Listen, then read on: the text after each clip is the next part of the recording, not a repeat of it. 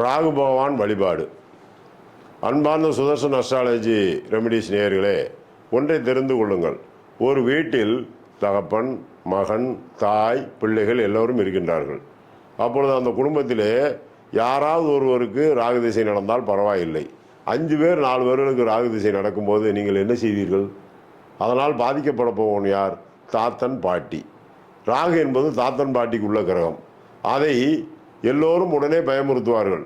இதனால் சரியாக வராது, இது சரியாக இதில் ஒரு கிரகம் என்றால் அப்பொழுது ஒரு குழந்தை பிறக்கக்கூடிய நேரமாக இருந்து அந்த குழந்தை ஜனித்து அது திருவாதிரை சுவாதி சதயத்திலோ அஸ்வினி மகம் மூல நட்சத்திரத்திலோ கண்டிப்பாக பிறந்ததானால் தாத்தன் பாட்டிக்கு பெரிய கண்டமே.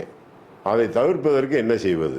இதற்கு ஒரு எளிய வழி. ராமேஸ்வரம் ராமநாத சுவாமி கோயில் ஒரு தராசு வெள்ளியில் செய்து சின்னதாக செய்து அதை கொண்டு கடலிலே குளித்து தீர்த்தமாடி நீங்கள் எல்லோரும் 2 கையால் ராமநாத சாமி உண்டியலிலே போட்டு வந்தீர்கள். ஆனால் எத்தனை பேருக்கு ஒரு குடும்பத்திலே ராகு திசை நடந்தாலும் பிரிவினை வராது.